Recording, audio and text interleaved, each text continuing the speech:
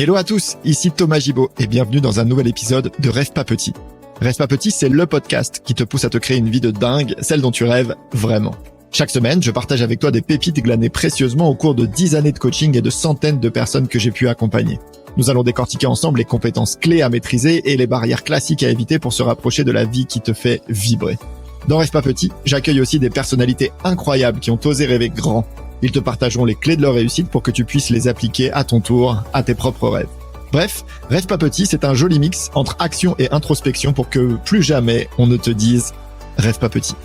Aujourd'hui, je te propose un nouveau format avec une série d'épisodes pour te faire part de l'un de mes plus grands rêves de l'intérieur. Ce rêve, c'est celui du Thor des Géants, l'un des ultra-trails les plus relevés de la planète. En quelques mots, le Thor des Géants, c'est une petite balade bucolique et automnale de 330 km et de 25 mm de dénivelé positif dans les Alpes italiennes. Le tout à parcourir en moins de 150 heures, sans interruption et seul. Lorsque je te parle du Thor des Géants, beaucoup de personnes me demandent à quoi ça peut ressembler une telle aventure vécue de l'intérieur. Eh bien, c'est ce que je te propose de découvrir avec cette série d'épisodes. Je te propose de t'emmener avec moi, comme si tu y étais.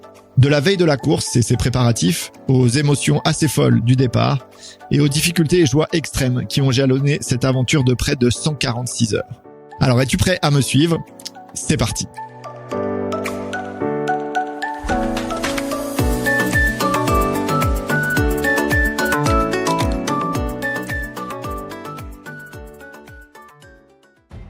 On arrive à la 5e base de vie, au kilomètre 239. Cela fait maintenant 96 heures que la course est lancée. J'arrive avec près de 8 heures d'avance sur les barrières horaires. Le fait de ne pas m'être arrêté lors du ravitaillement dernier a payé.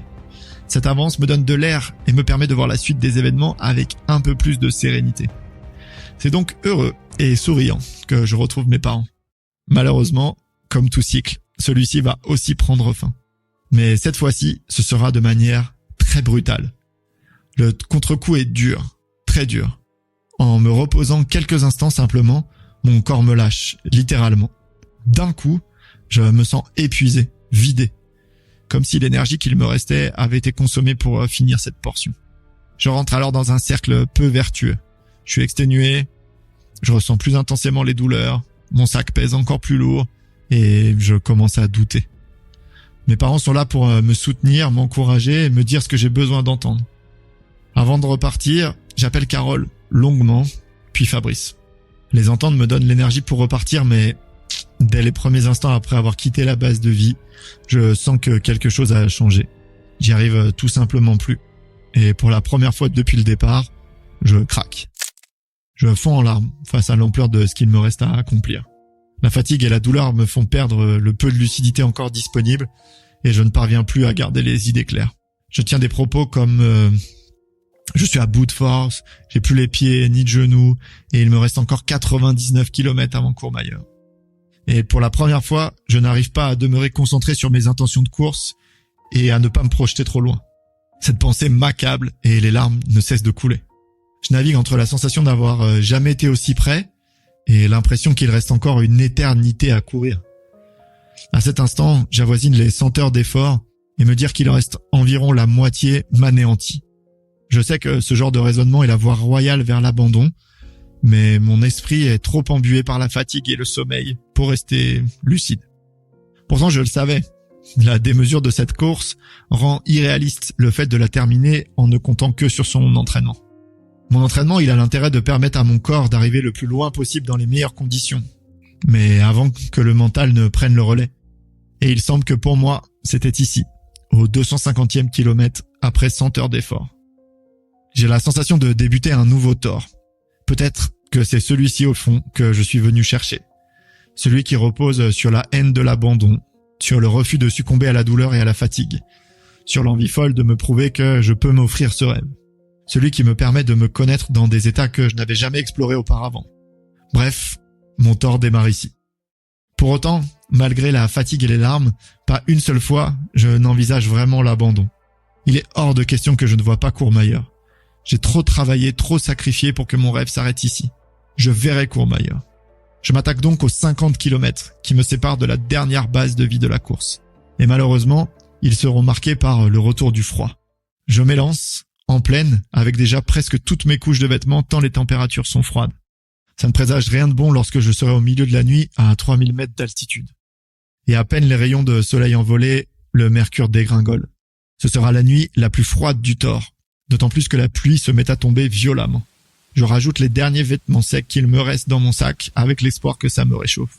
À présent, je porte 2 paires de chaussettes, un short, un pantalon, un surpantalon de pluie, 2 t-shirts techniques l'un sur l'autre, une polaire, une veste d'altitude, des gants, des surgants, un buff autour du cou, un bonnet et une capuche. Et malgré ça, je suis littéralement congelé. Après plusieurs heures sous une pluie battante, mes vêtements ne parviennent plus à rester imperméables et je commence à être trempé. Je continue de monter en direction du refuge en tremblant mais de tout mon corps. Mes doigts sont tellement froids que je peine à les garder serrés contre mes bâtons. Mes pieds sont mouillés et congelés. Peu à peu, je ne sens plus leur extrémité. Je vis un véritable enfer, j'ai du mal à m'alimenter. Avec le froid, mes maux de ventre sont de retour. Boire devient un supplice, d'autant plus que l'eau dans mon sac est presque gelée, ce qui augmente la difficulté de la digérer. Manger solide est quasiment impossible. Je programme même une alarme sur mon téléphone pour me contraindre à manger régulièrement.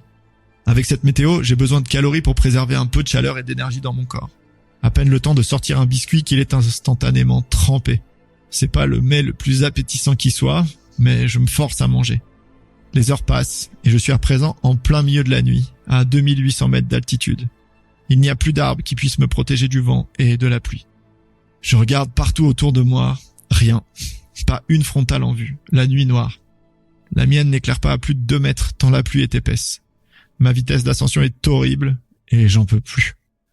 Au cœur de la nuit, la fatigue se fait ressentir. Dur de résister à l'envie de fermer les yeux alors qu'il est 3 heures du matin. J'atteins un rocher et hésite à sortir à nouveau ma couverture de survie. Après de longues heures de montée, j'aperçois enfin le refuge et ses lumières, synonymes de sec et de chaleur. La porte à peine poussée, je suis assailli par une délicieuse odeur de pâte au fromage.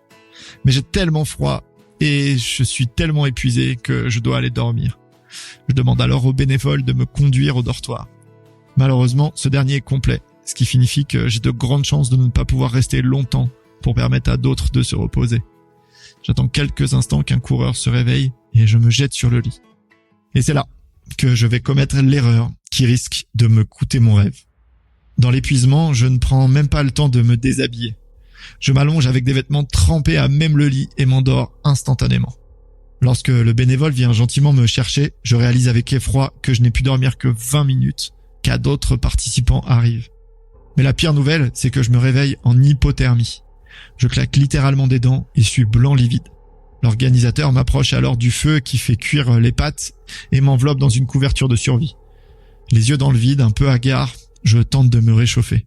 Le problème, c'est que, ne m'étant pas déshabillé pour les faire sécher, je n'ai aucun vêtement sec et suis contraint de garder une tenue un peu trempée. Un coup d'œil par la fenêtre me fait réaliser que la pluie a encore redoublé d'intensité. Le responsable du refuge nous indique qu'il fait moins 10 degrés dehors. Et là, je suis juste à bout. J'ai aucune idée de comment je vais pouvoir m'élancer seul dans une nuit noire et glaciale alors que je suis déjà frigorifié à l'intérieur. Le responsable du refuge, qui est d'une extrême gentillesse, s'approche de moi. Et il se met à mon niveau et il a cette question qui va marquer un déclic chez moi. Il s'approche de moi et il me dit « Je sais que tu veux pas entendre cela, mais je suis obligé de te demander si tu préfères rendre ton dossard et rester ici. » Cette phrase est alors un électrochoc pour moi. Je réalise que si je fais rien, c'est ce qui va arriver. Si je n'agis pas, mon état va petit à petit se détériorer et ma course s'arrêtera là, dans ce refuge. C'est hors de question. J'ai beaucoup trop travaillé pour que mon rêve s'arrête ici. Dans un élan de colère, je décide de me déshabiller, de coller mes vêtements au feu et de manger une énorme ration de pâtes. Puis une deuxième, et même une troisième. Le bénévole n'en revient pas et me sert avec plaisir. Elles sont brûlantes et elles me réchauffent le corps. Je n'ai pas du tout faim, mais je vois dans cette assiette le moyen de poursuivre l'aventure. Alors je mange, encore et encore. Chaque bouchée est une dose d'espoir pour continuer de croire en mon rêve. Après une vingtaine de minutes, je décide de remettre mes vêtements. Grâce à la technicité de ces produits, ils ne sont plus qu'humides. J'aurais préféré qu'ils soient secs, mais je m'en contenterai. Je m'habille, vérifie mon stock de nourriture et fais un gros câlin à ce bénévole qui, sans le savoir, grâce à une phrase, a probablement sauvé mon tort. Mais à peine je remets le pied dehors que la réalité de la météo en haute montagne se rappelle à moi. Je suis instantanément mordu par le froid et la pluie. Je suis à 2 doigts de faire demi-tour et de retourner dans le refuge. J'aurais aimé pouvoir parler à Carole, mais le manque de réseau m'en empêche. Je dois faire quelque chose pour me réchauffer. Je décide alors de me forcer à faire les 3 prochaines minutes en sprintant dans la montée. Mon but est d'obliger mon corps à se réveiller et à élever sa température par un effort intense. Me voilà donc parti à courir dans une pente forte pour tenter de ne pas congeler sur place. J'imagine alors la tête du bénévole dans le refuge s'il me voit. Cet épisode me marquera longtemps après le tort, m'amenant même à développer une forme d'angoisse dès lors que j'avais froid. Malgré tout, en luttant, je parviens finalement à atteindre la 6e et dernière base de vie de la course. On y est, kilomètre 287 et la 6e et dernière base de vie du Thor à Olomont. Ça fait maintenant 122 heures que la course a démarré. J'avoue, je suis vraiment heureux de retrouver mes parents, en plus sous un soleil radieux. À ce moment-ci de la course, les yeux de ma maman disent long lorsqu'elle me retrouve après cette nuit. Je comprends que mon corps doit vraiment faire peine à voir avec ce mélange de fatigue et de perte de poids qui commence à être vraiment visible. D'ailleurs, à partir de cet instant, mes parents arrêteront de me demander comment je vais. Je crois que mon corps le parle tout seul. Malgré la fatigue, je décide d'aller prendre une douche avant d'enfiler une tenue propre. J'ai besoin d'un nouveau départ et ça va m'y aider. En revanche, la pluie aura eu raison de la résistance de mes pieds. Après une nuit dans des baskets trempées, de nombreuses ampoules ont fait leur apparition, dont certaines sont déjà crevées quand j'arrive. Pour la première fois, je vais donc passer entre les mains des médecins pour qu'ils percent les autres et les protègent. Objectivement, c'est pas la sensation la plus agréable lorsque l'on sent la seringue vider l'ampoule, mais ils font ça à la perfection. De rapides coups d'œil autour de moi m'amènent à ne pas trop me plaindre, tant les pieds de certains sont juste en charpie. Un coureur décidera même de repartir en tongs, ne pouvant tout simplement plus mettre ses baskets de trail. Après ces soins, je vais dormir une petite heure, avant de m'élancer sous un soleil radieux. Mais cette fois, le départ est un peu différent. Lorsque je quitte mes parents, je sais qu'il n'y aura plus de base de vie. Que la prochaine étape, c'est Courmayeur. Je repars pour les 50 derniers kilomètres. Je ne sais même pas par quelle magie mon corps me permet encore d'avancer, ni comment mes pieds continuent de marcher, et ni même mes genoux de se plier. Mais le fait est que j'avance. C'est quand même assez ouf, cette machine qu'est le corps humain. Cet ultime tronçon est marqué par un long faux plat, qui est un fait rarissime dans le Thor, et par le dernier col, le mythique Malatra. Et une fois cette difficulté franchie, il ne restera plus que la descente finale vers Courmayeur. Bon, on se projette pas trop vite, je m'élance et je parviens à vaincre le premier col avant la fin du jour, et je vais pouvoir m'élancer sur cette fameuse portion de plat. Ce sera ma dernière nuit sur le Thor. J'ai alors la joie d'avoir Cyril au téléphone, le même Cyril qui, il y a plusieurs années, m'avait donné l'envie de faire du trail. Il est à l'origine de l'aventure que je vis, et l'entendre me fait du bien et, bizarrement, je réalise aussi en l'écoutant que, sauf blessure ou accident, je vais probablement finir le Thor. Et loin de m'amener de l'euphorie, cette pensée va m'angoisser. Jusqu'à présent, j'étais dans une situation où ne pas terminer serait presque normal. Or, à quelques heures de l'arrivée, c'est l'inverse. Ça me procure une forme de pression. Celle de ne pas tout gâcher. C'est étrange. Heureusement, les mots de Carole et de Fabrice m'aideront à rester concentré sur ce que je peux maîtriser.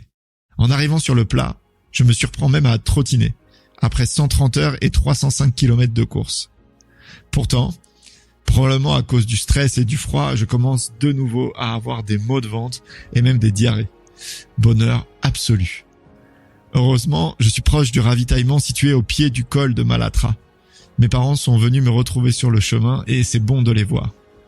L'ascension s'annonçant froide et violente, ça commence à être très original, je décide de dormir un peu. Ne trouvant pas de lit et ne voulant pas attendre, je m'allonge sur un tapis à même le sol. À mon réveil, après 45 minutes de repos, j'ai la chance de recevoir de merveilleux messages, dont un de Carole qui m'émeut aux larmes. Il est 1h du matin, lorsque je m'élance pour cette ultime col du Thor. À cet instant, je suis en mode automatique. Mon père fait quelques centaines de mètres avec moi avant que la route ne s'élève. Il me rappelle que tout se joue ici, que tout ce que j'ai fait doit payer maintenant. C'est parti. Cette montée se fera dans un état de transe absolue, une sensation que j'ai rarement vécue dans ma vie. Un mélange de fatigue extrême, de détermination inébranlable, qui m'amène à poser un pas devant l'autre sans même le réaliser. À vrai dire, à ce stade-ci, je me rappelle ne plus rien contrôler. Mon corps avance tout seul, c'est une sensation assez folle. Au kilomètre 317, à 3h40 du matin, j'arrive au refuge de Frassati, après 138 heures de course. Au ravitaillement, juste avant le sommet, on m'annonce de la neige et de la glace en haut de Malatra. Les organisateurs vérifient que je suis toujours bien équipé de mes crampons, qu'ils figurent toujours bien dans mon sac. Mais je ne peux pas repartir immédiatement. Je suis à nouveau épuisé. Je me remarque que ma capacité à rester éveillé dure de moins en moins longtemps. Ce refuge est un véritable cimetière de coureurs. Malgré une centaine de personnes, il n'y a pas un bruit. Tout le monde est épuisé, dort sur un coin de table, sur un banc, par terre. Je décide de m'asseoir quelques instants pour manger, mais sans dormir. J'ai peur de ne pas pouvoir me relever. Mais un autre événement m'incite à me lever. Le soleil va bientôt percer et j'ai envie de l'accueillir au sommet de Malatra. Il reste environ 500 mètres de dénivelé positif avant de l'atteindre. Je remets mes chaussures et y parviens laborieusement. Et là, au sommet du dernier col, je m'enveloppe dans tous les vêtements qu'il me reste et attends le lever du soleil. J'ai un peu de marge sur les barrières horaires. Je peux m'offrir ce moment. À ce jour, il continue toujours d'être présent dans mon esprit. Là, sur ce col de Malatra, je réalise que je vais finir le Tour des Géants. Assis face aux montagnes, je goûte au bonheur pur d'avoir réalisé mon rêve. Ce rêve qui paraissait juste fou. Sur mon rocher, je retrace tout ce qui a dû se produire pour me permettre de vivre cet instant. J'ai alors un sentiment de gratitude absolue. Pour la première fois depuis le départ, je m'autorise à me projeter à l'arrivée. En effet, en contrebas, je vois Courmayeur se réveiller. Je salue des coureurs qui font le choix de poursuivre sans s'arrêter. Ils ont tous hâte d'en finir. À vrai dire, moi aussi. Je me remets en course pour me diriger vers Courmayeur. Je dévale les pentes de Malatra pour rejoindre l'ultime ravitaillement du Tour. Le kilomètre 338 est le refuge de Berton. Il est 9h50 et ça fait maintenant 143 heures que j'ai pris le départ. À 8 km de l'arrivée, je prends le temps de faire une dernière vidéo aux personnes qui m'ont si infailliblement suivi durant cette aventure. Cette vidéo, je l'ai espérée toute la semaine. Celle où j'allais pouvoir enfin annoncer que j'allais passer cette ligne tant rêvée. Dès les premiers instants, les larmes coulent, irrémédiablement. À quelques minutes de clore cette histoire, j'ai une pensée de profonde gratitude pour tous mes proches qui ont si bien su comprendre ce que cette aventure et ce rêve représentaient pour moi. Je suis reconnaissant de tout ce qu'ils ont fait pour me permettre d'en venir à bout. Carole, mes parents, mes beaux-parents, ma sœur. J'ai également en mémoire ce premier trail où je me suis confronté à la course en montagne, il y a 3 ans, et où j'avais fini dernier d'une course de 50 km. Que de chemin parcouru depuis. J'ai en tête un merci du fond du cœur à tous ceux qui m'ont soutenu durant cette aventure et qui ont grandement contribué au fait que je sois là. Puis, je remets mes chaussures pour la toute dernière fois et je me dirige vers Courmayeur. Dans la descente, toutes les personnes que je croise, touristes, locaux, randonneurs, me félicitent. Les gens qui vivent ici savent ce qu'implique de terminer un Tour. Et je suis hyper ému par leur respect.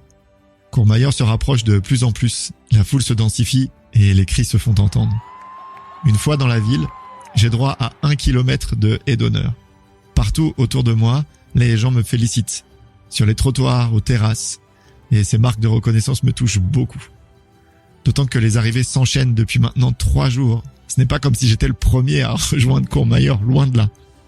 Mais l'essentiel n'est pas là dans le Tour. Les habitants de la vallée d'Aoste savent que l'on ne vient pas ici chercher une victoire.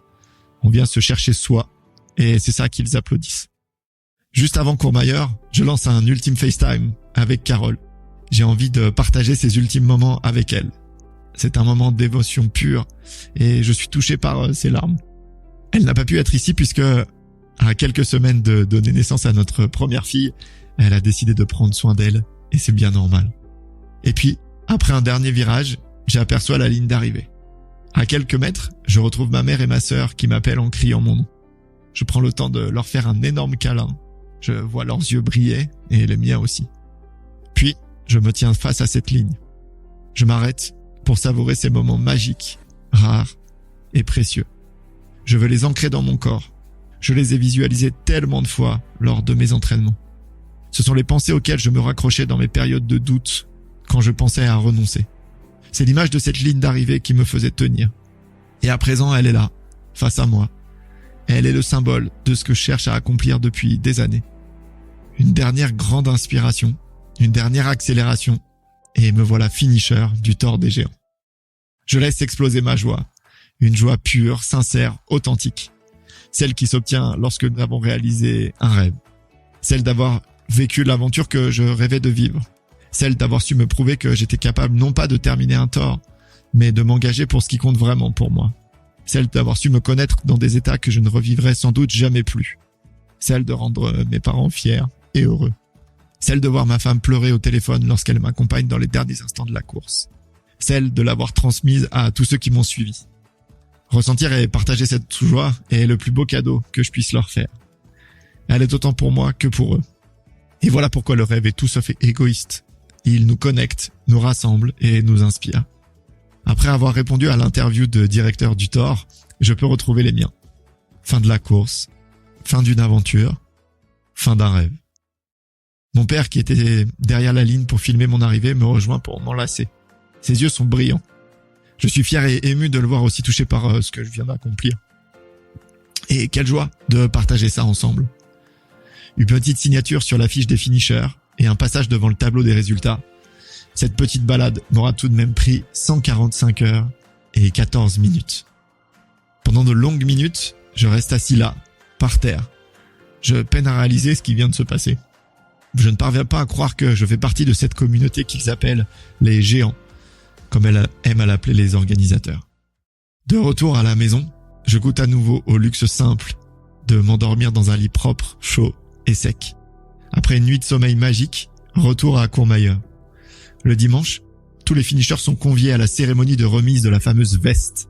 C'est un moment riche en émotions. Tous les coureurs ayant eu la chance de passer la ligne d'arrivée sont présents. Je reconnais des visages croisés durant l'aventure. Nous sommes beaucoup à boiter, mais aucun d'entre nous n'aurait raté cet instant. La cérémonie débute par la décoration des sénateurs, ces héros qui ont terminé toutes les éditions du Thor depuis sa création.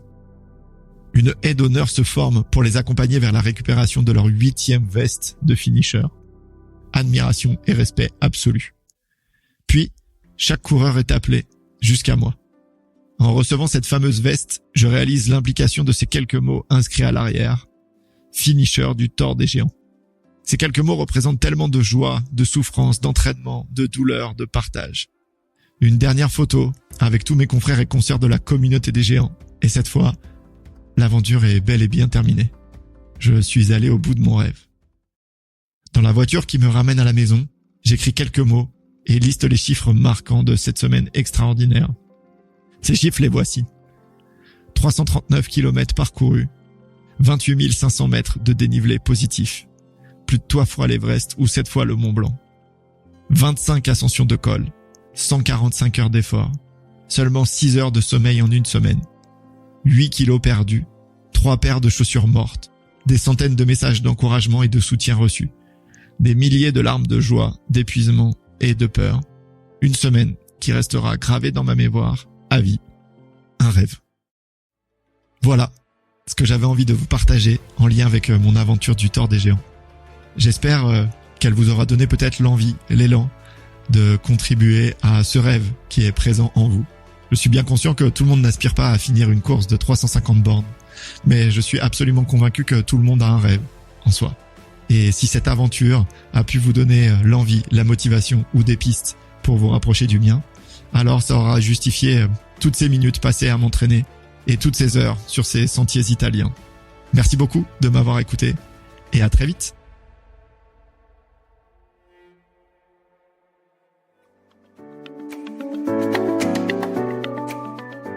Voilà, je te laisse ici pour aujourd'hui.